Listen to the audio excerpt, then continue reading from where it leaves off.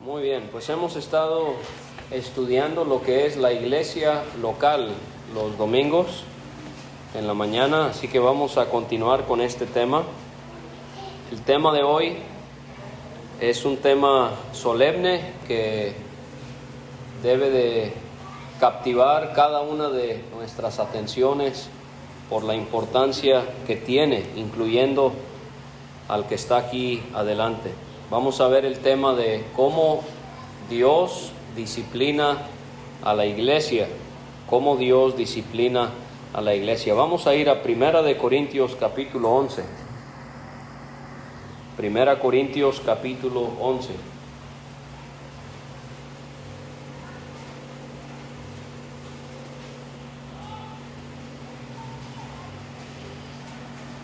Primera Corintios capítulo 11 y vamos a leer los versículos 27 a 34.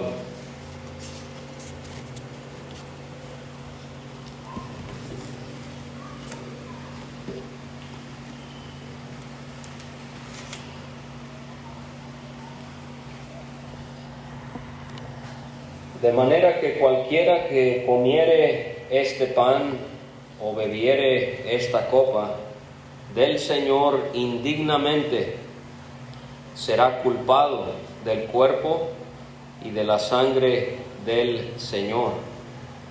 Por tanto, pruébese cada uno a sí mismo y coma así del pan y beba de la copa. Porque el que come y bebe indignamente sin discernir el cuerpo del Señor, juicio come y bebe para sí.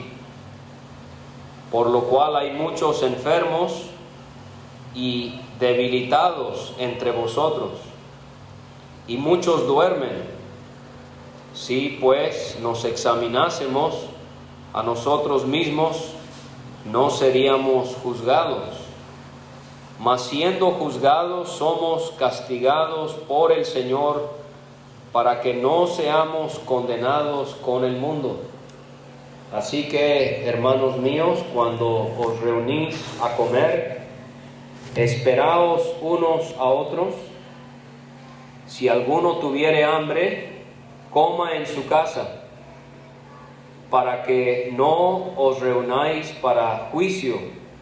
Las demás cosas las pondré en orden cuando yo fuere. Muy bien. Entonces el tema que queremos ver es cuando Dios tiene que castigar a su iglesia. Vamos a ver qué es lo que la palabra de Dios nos enseña al respecto. Leímos ahí en el versículo 27, cualquiera que comiere este pan o bebiere esta copa del Señor. Y eso es algo que quiero que consideremos al iniciar este tema, que este pan, esta copa, son del Señor. Eso lo hace muy importante. Este no es nuestro pan, esta no es nuestra copa. Dice Pablo, este pan, esta copa, son del Señor. Son de Él porque lo representan a Él. Estos elementos que tenemos sobre la mesa, el pan y la copa, son de Cristo porque lo representan a Él. Lo representan a Él y por lo tanto son de Él. Y esto significa, hermanos y hermanas, que cuando nosotros venimos a participar de estos elementos, tenemos que participar de ellos como el Señor manda, porque son de Él. Y vamos a ver en esta sección de 1 Corintios 11 que hay una condición espiritual en la que nosotros tenemos que estar para poder participar del pan y de la copa. Cualquiera que comiere este pan o bebiere esta copa del Señor.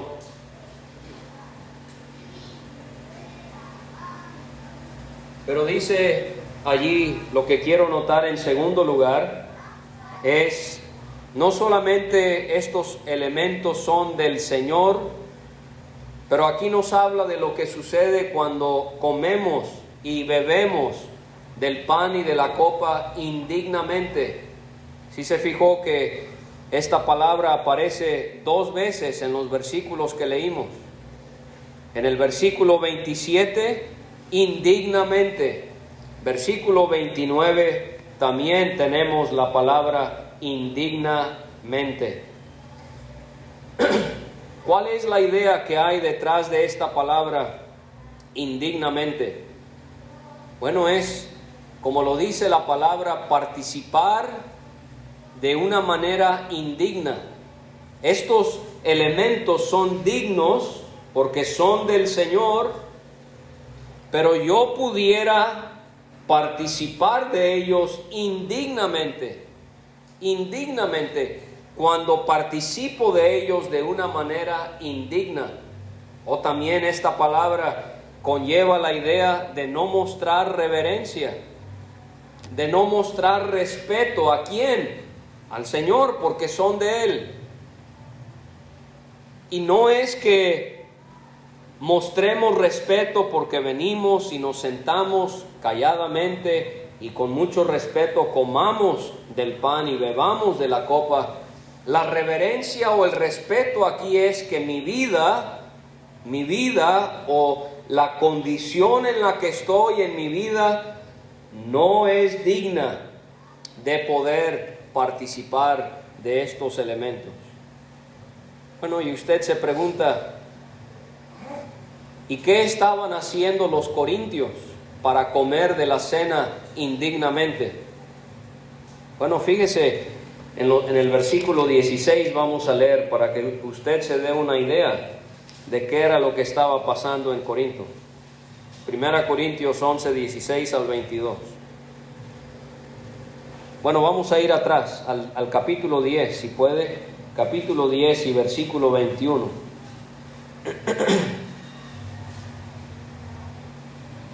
No podéis beber la copa del Señor, ahí está, es la copa del Señor, y la copa de los demonios. No podéis participar de la mesa del Señor, esta mesa es del Señor, la copa es del Señor, y de la mesa de los demonios. ¿O provocaremos a celos al Señor? ¿Somos más fuertes que Él? Y si usted lee 1 Corintios 10, hermano, hermana, se va a dar cuenta quiénes eran o en qué estaban los demonios. Cuando Pablo habla de la copa de los demonios y de la mesa de los demonios.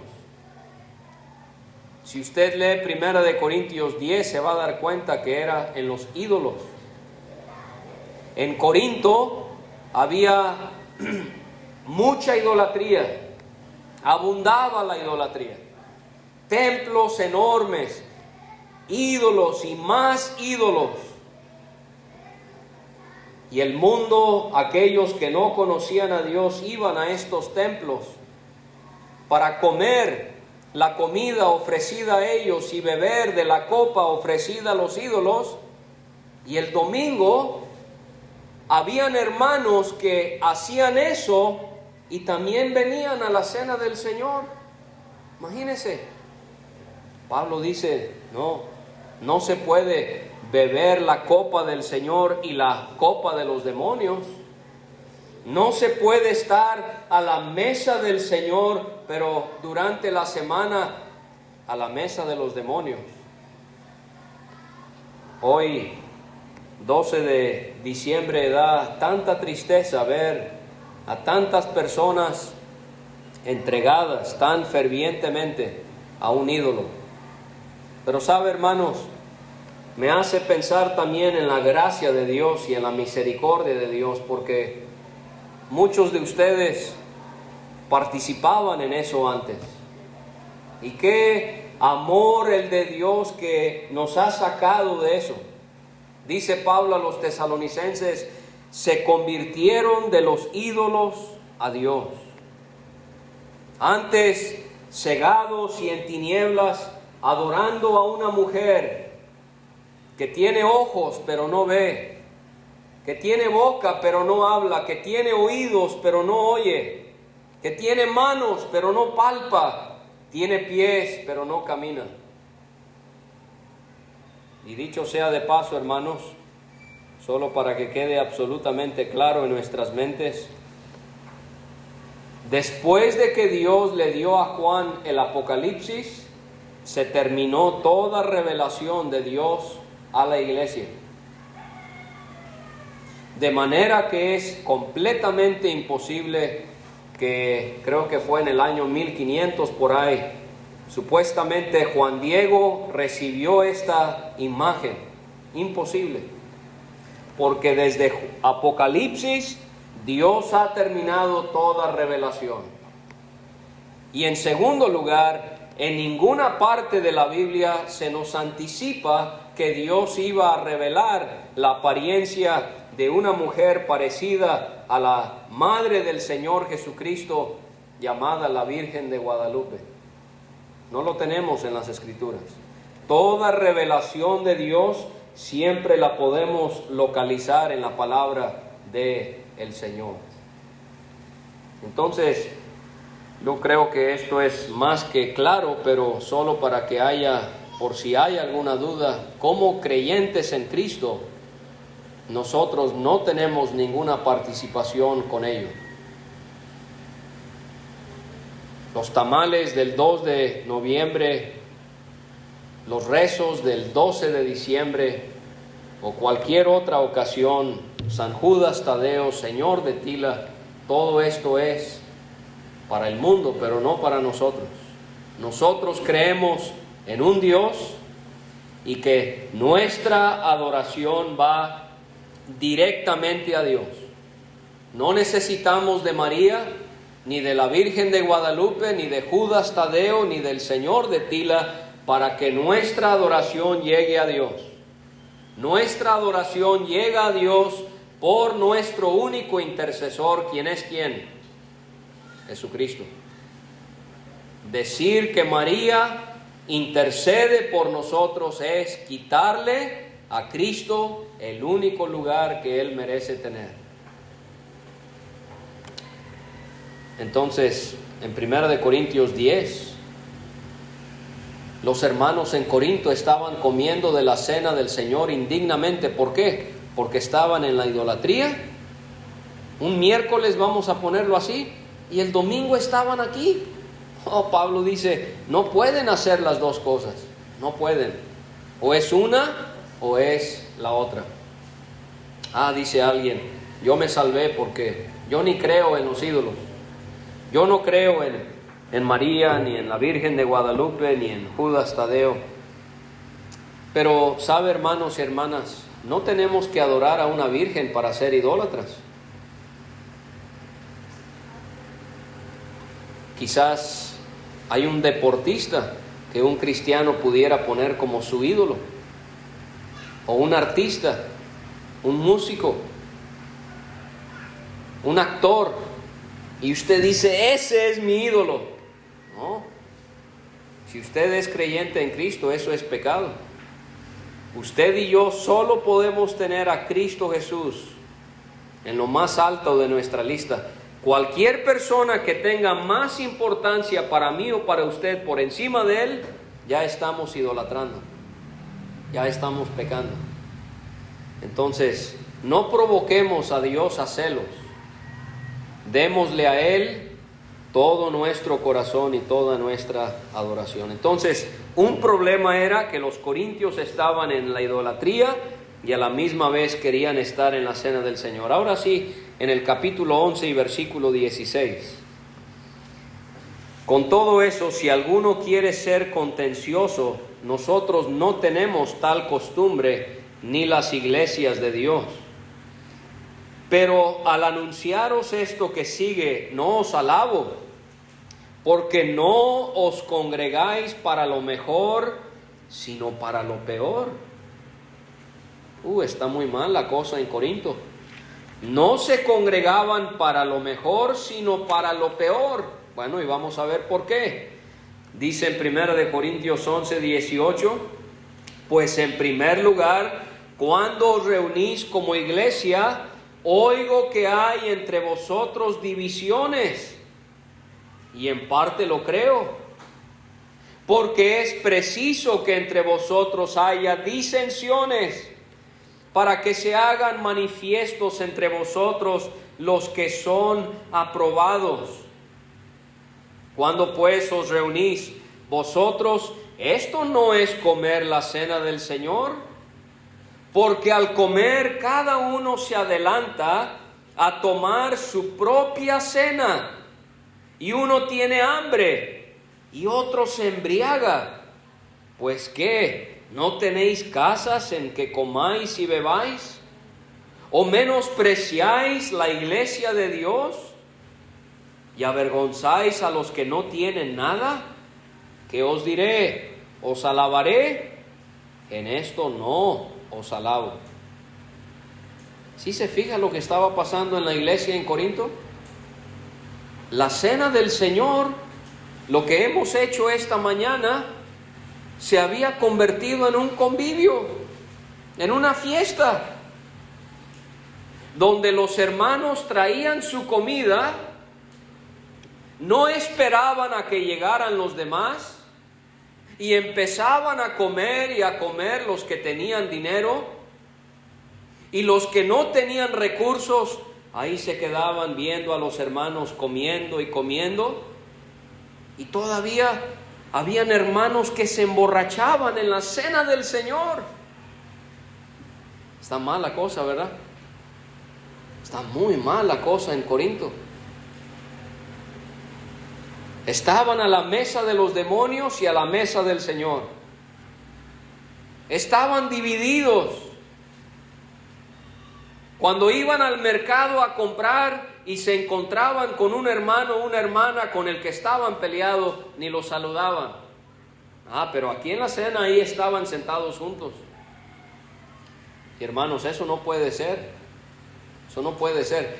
Yo como del pan y de la copa indignamente si yo llego a esta reunión y hay alguien en este cuadro que yo tengo una diferencia con esa persona. No podemos no saludarnos en la calle porque estamos peleados y venir aquí a participar de la cena del Señor. Mateo capítulo 5 me enseña que usted y yo tenemos que resolver esa diferencia para poder participar. Entonces no puede haber divisiones. 1 Corintios 10 nos enseña que es un solo pan, no varios. ¿Por qué? Porque somos un solo cuerpo.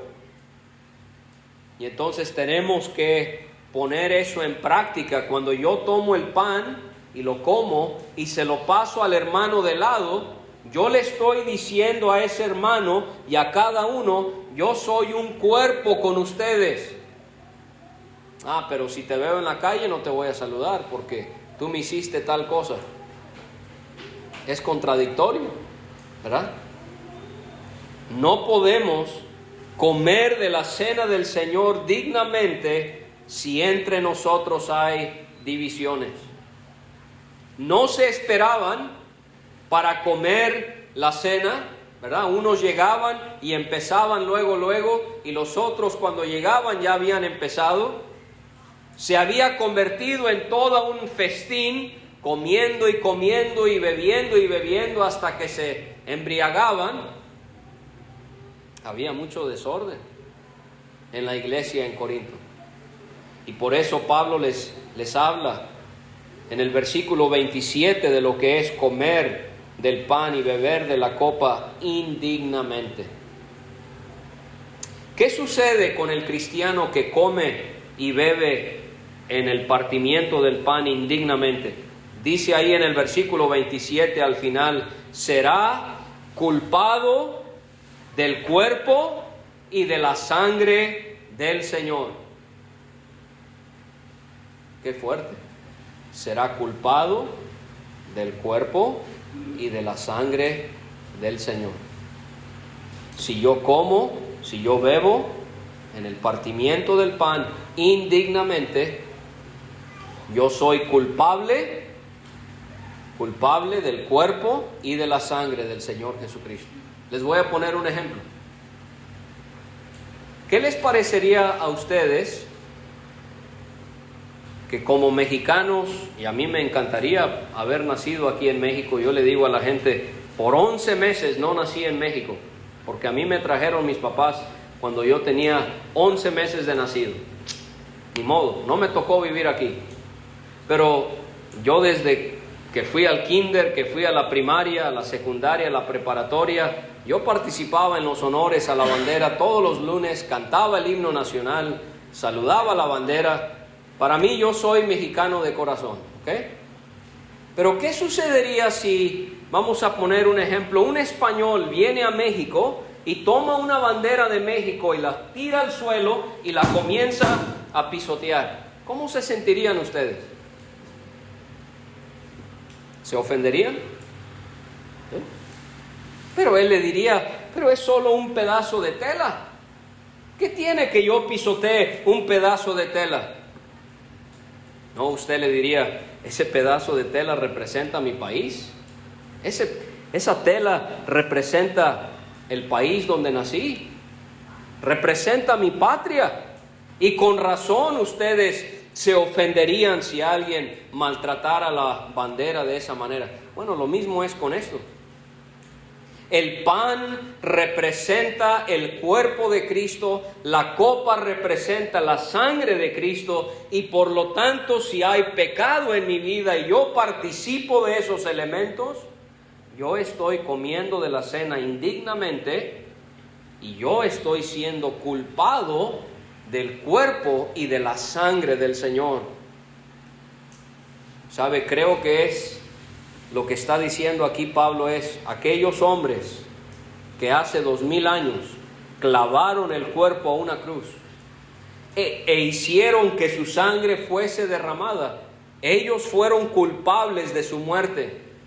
Pero si nosotros como cristianos comemos de esto, bebemos de esto indignamente, nosotros también somos culpables del cuerpo y de la sangre del Señor. Entonces, ¿qué debemos hacer? Dice el versículo 28, fíjese, por tanto, pruébese cada uno a sí mismo. Pruébese cada uno a sí mismo. Hermanos, nosotros deberíamos de ponerle más atención a nuestra condición espiritual que a la condición espiritual de los demás. Como seres humanos, tendemos a fijarnos más en los errores de otros que en nuestros propios errores. ¿Para quién es la prueba que debemos hacer? Cada uno a sí mismo. O sea que Dios quiere que antes del domingo yo haya podido probarme. La idea es examinarme, es hacerme un examen para ver cómo estoy delante del Señor. Y tenemos, hermanos, varios exámenes que debemos hacer. Por ejemplo, en 2 de Corintios 13:5 debemos de probar o examinar si estamos en la fe. En Gálatas 6:4 debemos probar nuestras obras. En Efesios 5:10 debemos probar o examinar lo que es agradable a Dios.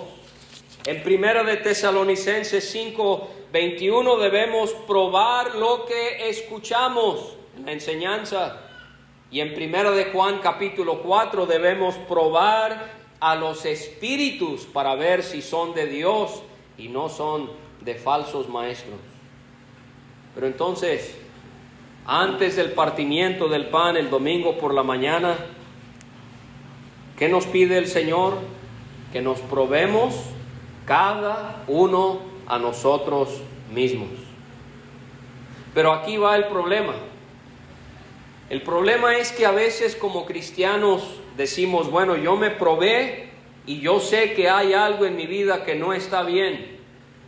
Y por eso no voy a ir a la cena del Señor, porque hay algo en mi vida que está mal. No, hermanos, esa no es la idea. Fíjese qué dice el versículo 28.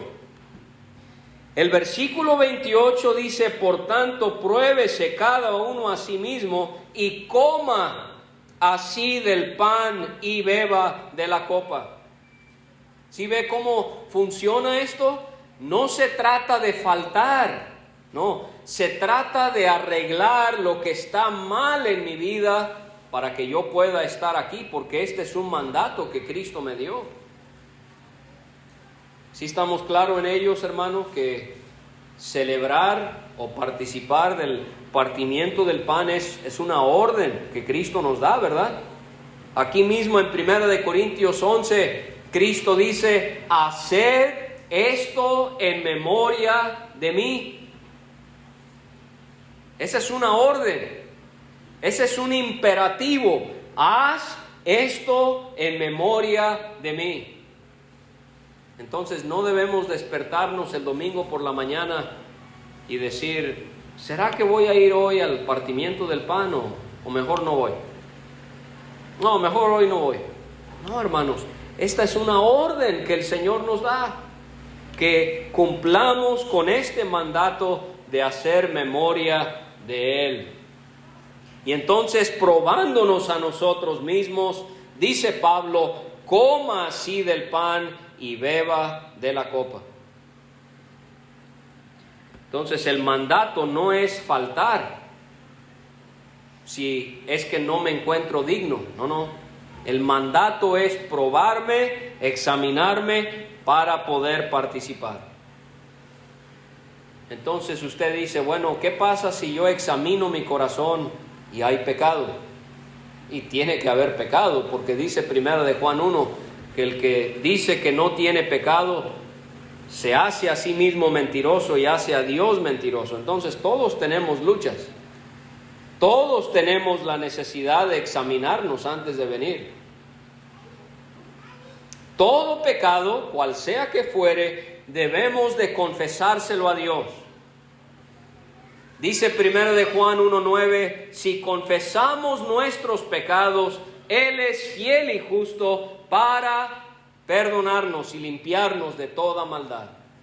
Entonces, usted comete un pecado, no debería de haberlo cometido, pero si lo comete, usted tiene que confesárselo no a un hombre, sino confesárselo a Dios. Dios, yo hice tal cosa, ya no lo quiero hacer, ayúdame a no seguirlo cometiendo. Pero, hermanos, hay pecados que sí se tienen que confesar a la iglesia. Hay una diferencia. Si yo le miento a mi esposa, ese pecado yo necesito confesárselo a Dios, pero no amerita que yo se lo confiese a la iglesia.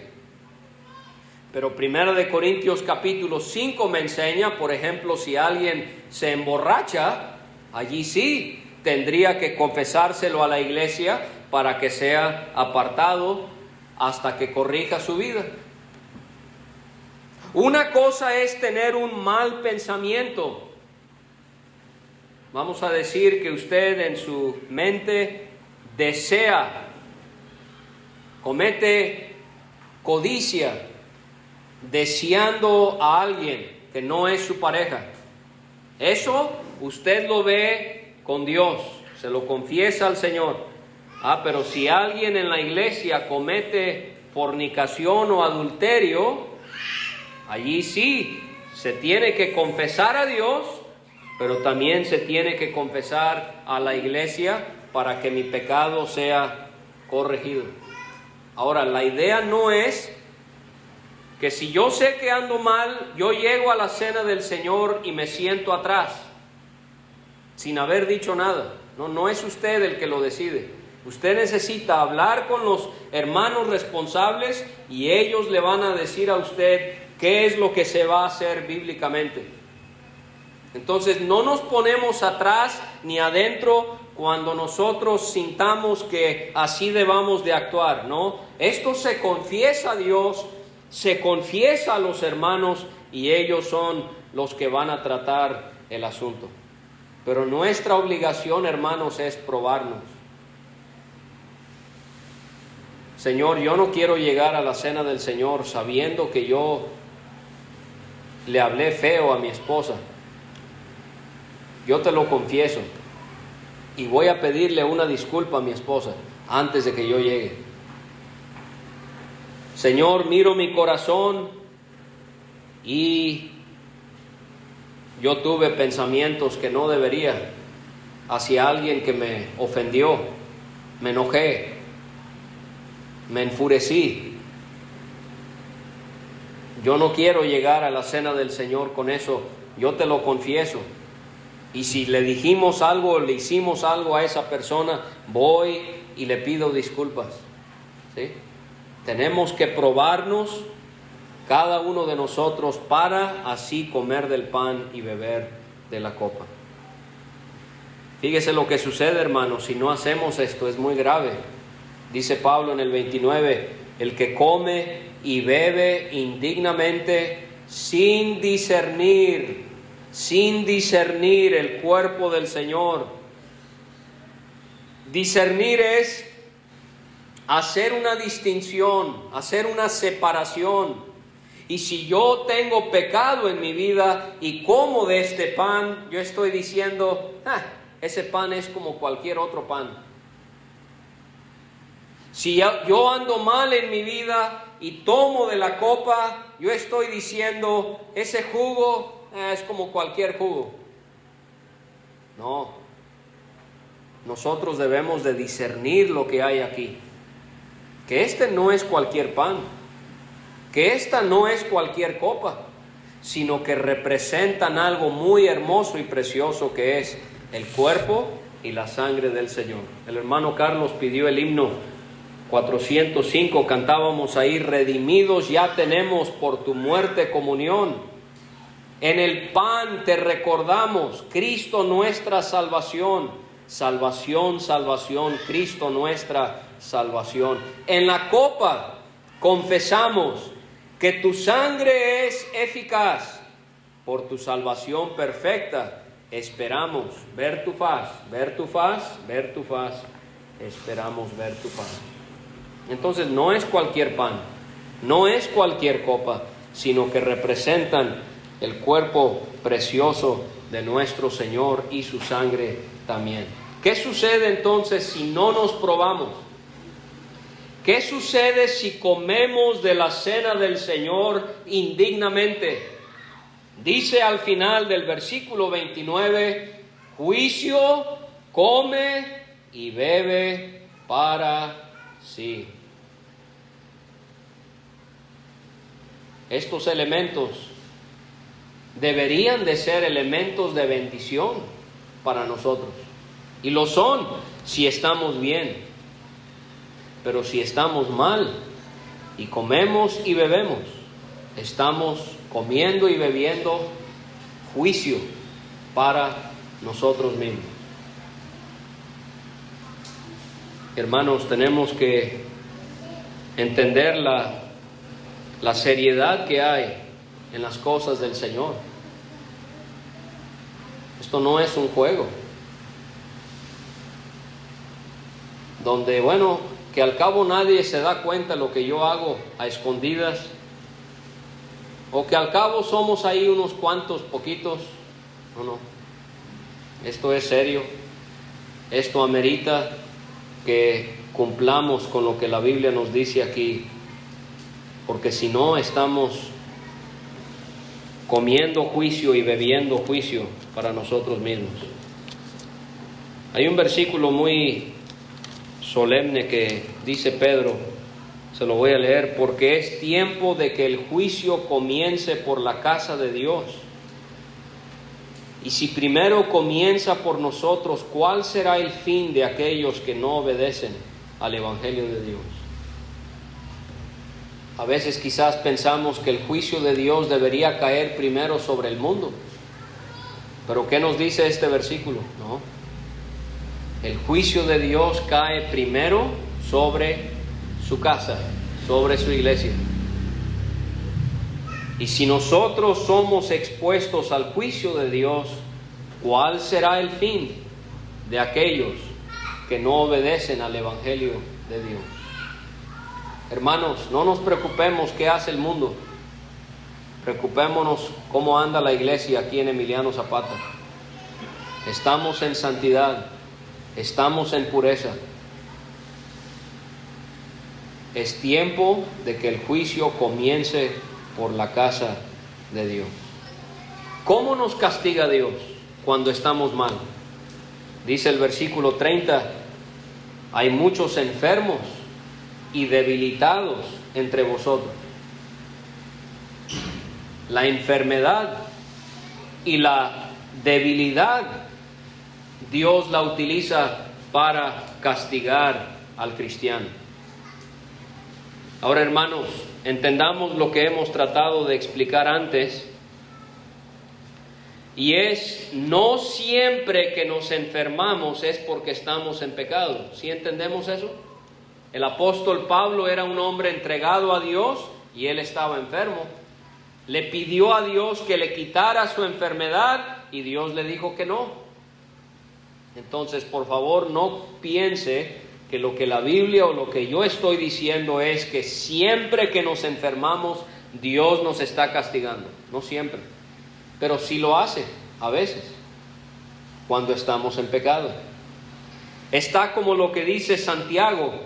Dice él: ¿está alguno enfermo entre vosotros? Llame a los ancianos de la iglesia y oren por él, ungiéndole con aceite en el nombre del Señor, y la oración de fe salvará al enfermo, y el Señor lo levantará. Y fíjese lo que dice: y si hubiere cometido pecados, le serán perdonados. Entonces es posible que si hay un hermano o una hermana postrado o postrada en cama, es posible que está en pecado y que Dios le está castigando. ¿No ve, hermanos? Hermanas, vayámonos de esta reunión entendiendo la seriedad que es servirle al Señor. ¿Cómo es que Él, como hijos suyos, Él nos tiene que disciplinar, nos tiene que castigar cuando Él ve que no andamos bien? Escuche lo que voy a leerle. Dice en Hebreos: y habéis ya olvidado la exhortación de que como a hijos se os dirige, diciendo: Hijo mío, no menosprecies la disciplina del Señor, ni desmayes cuando eres reprendido por Él, porque el Señor al que ama disciplina y azota a todo el que recibe por hijo. Si soportáis la disciplina, Dios os trata como a hijos, porque ¿qué hijo es aquel a quien el Padre no disciplina? Pero si se os deja sin disciplina, de la cual todos han sido participantes, entonces sois bastardos, o sea, no somos hijos de Dios, sino hijos. Por otra parte, tuvimos a nuestros padres terrenales que nos disciplinaban y los venerábamos o los respetábamos. ¿Por qué no obedeceremos mucho mejor al Padre de los Espíritus y viviremos? Y aquellos ciertamente por pocos días nos disciplinaban como a ellos les parecía, pero para lo que nos es provechoso, para que participemos de su santidad. En verdad que ninguna disciplina al presente parece ser causa de gozo, sino de tristeza, pero después de fruto apacible de justicia a los que en ella han sido ejercitados. Y dice también ahí en Hebreos: honroso sea en todos el matrimonio y el hecho sin mancilla, pero a los fornicarios y a los adúlteros los juzgará Dios. Entonces, hermanos, no piense que usted y yo podemos decir: es que yo ya soy salvo, y Cristo y la sangre de Cristo me limpia de todo pecado, y yo entonces voy a hacer esto y voy a hacer aquello. No. Dios disciplina a sus hijos. Dios disciplina, Él castiga a sus hijos. Entonces en Corinto habían hermanos que estaban enfermos, que estaban débiles. Pero ¿qué otra cosa habían pasado con algunos hermanos corintios? Y muchos, dice Pablo, y muchos duermen.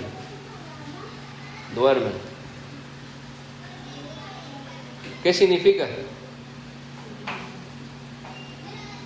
Que Dios había castigado a algunos con enfermedad, otros con debilidad y a otros con la muerte. Eran cristianos porque durmieron. Y cuando el Nuevo Testamento habla de los que duermen, siempre se refiere solamente a personas salvas. Pero hermanos, aquí está la severidad, lo serio que es faltarle al Señor. Él nos puede castigar con la muerte. ¿No hemos leído Hechos capítulo 5? Ananías y Zafira. Ellos vieron que otros hermanos estaban trayendo ofrendas a los apóstoles. Y Ananías y Zafira trajeron una ofrenda y dijeron que todo lo que habían vendido de un terreno lo estaban ofrendando. Mentira. Se habían quedado con una parte. ¿Y qué pasó con ellos dos? Cayeron muertos. Si ve, hermano, hermana, lo serio que es estar en las cosas del Señor. Pablo dice, muchos están enfermos, debilitados, muchos duermen. Por eso es que lo vuelve a repetir en el versículo 31, Pablo, 1 Corintios 11, si pues nos examinásemos a nosotros mismos. Debemos de examinarnos, hermanos, todos los días. Y si nos examinamos, ¿qué va a pasar? No seríamos juzgados. Si no nos examinamos, hay juicio. Si sí nos examinamos, no hay juicio. Así de sencillo. Dice Pablo en el 32, mas siendo juzgados somos castigados por el Señor, para que no seamos condenados con el mundo. Dios nos juzga para que dejemos un pecado, para que demos buen testimonio y para que no seamos vistos viviendo como el mundo y ser condenados junto con el mundo. No, dice Pablo, así que hermanos míos, cuando os reunís a comer, esperaos unos a otros. Y si alguno tuviere hambre, coma en su casa, para que no os reunáis para juicio. Las demás cosas las pondré en orden cuando yo fuere. Así que Dios disciplina a la iglesia, a los cristianos. Dios le ayude a usted y me ayude a mí a poder participar del pan y de la copa cada domingo dignamente, no indignamente, sino dignamente. ¿Cómo? Examinando mi corazón. Y si hay algo que no está bien, resolverlo, para que yo el domingo pueda participar en santidad y en pureza.